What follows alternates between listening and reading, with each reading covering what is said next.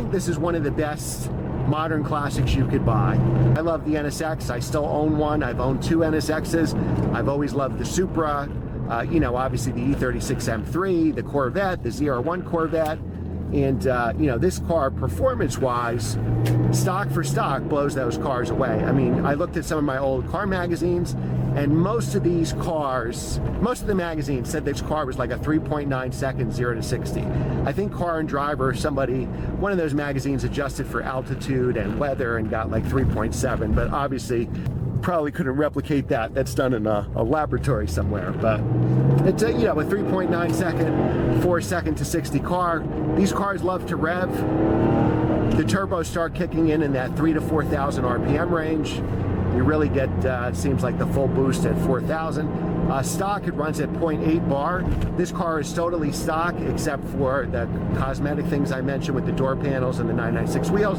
But it's got PSS 9 suspension, which is basically a Bilstein coilover suspension, which really improves the handling of this car. And I think that's really a must, because when you drive 993s or air-cooled cars, they will drive like an old car. Very visceral experience, but again, like an older car. So when you put basically a modern coilover suspension on it, then this car is the best of both worlds. You get all that fantastic power, and the car handles just as good as it looks.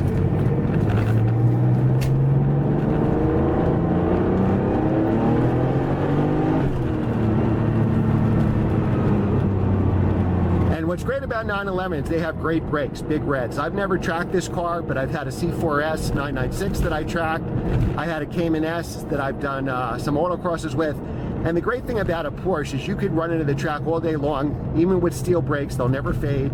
The turbo brakes are always the best, no matter what year turbo you have, or the C4S actually has the 996 turbo brakes.